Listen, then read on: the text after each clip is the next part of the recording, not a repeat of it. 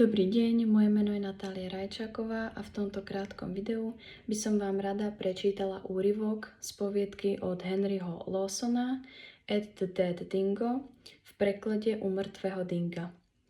Vonku pražilo slnko a aj vo vnútri plechového prístrežku u mŕtvého dinga pri širokej ceste, kde bola krčma a policajná stanica a ktorý sa niekedy nazýval aj Pečený a inokedy Opitý dingo, prezývky, ktoré vznikli kvôli nekonečnému suchu a kvôli blízkosti dedinky s jedinou krčmou menom Tinned Dog.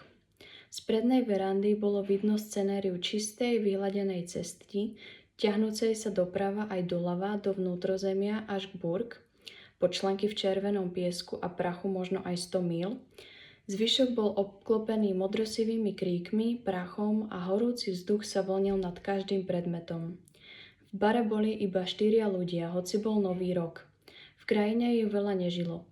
Dievčina sedela za barom, najchladnejším miestom pod prístrežkom a čítala si. Na ošúchanej a rozheganej pohovke, ktorá už zažila všeličo, ležal strašný, ale zdravý príklad človeka. Zarastený tulák s rukami založenými za hlavou, otočenou ku stene, ponorený do hlbokého opileckého spánku. Bill a Jim, strihač oviec a jeho pomocník, sedeli pri stole a hrali karty.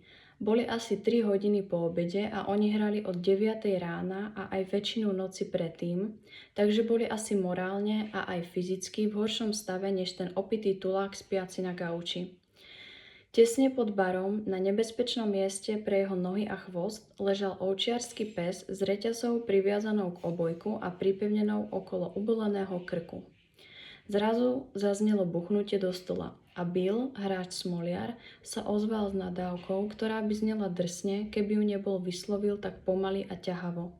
Prehra? Spýtal sa Jim. Ani náhodou, odvrkol Bill. Jim odtiahol svoje ruky od kariet a očami pomaly prešiel miestnosťou až ku dverám.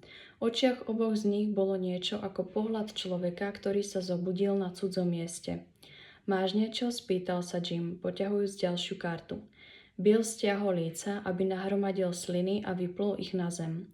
Toto je všetko, čo mám, nič viac, zašomral. Všetko je už preč.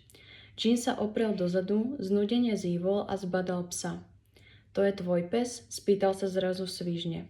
Zrejme sa včera ešte nepoznali, alebo si boli takí cudzí, ako si len dvaja osadníci môžu byť. Bill sa poškrabal za uchom a mrkol na psa, ktorý sa zobudil, aby si poškrabal otravnú blchu za obojkom. Áno, natiahol Bill, ten je môj.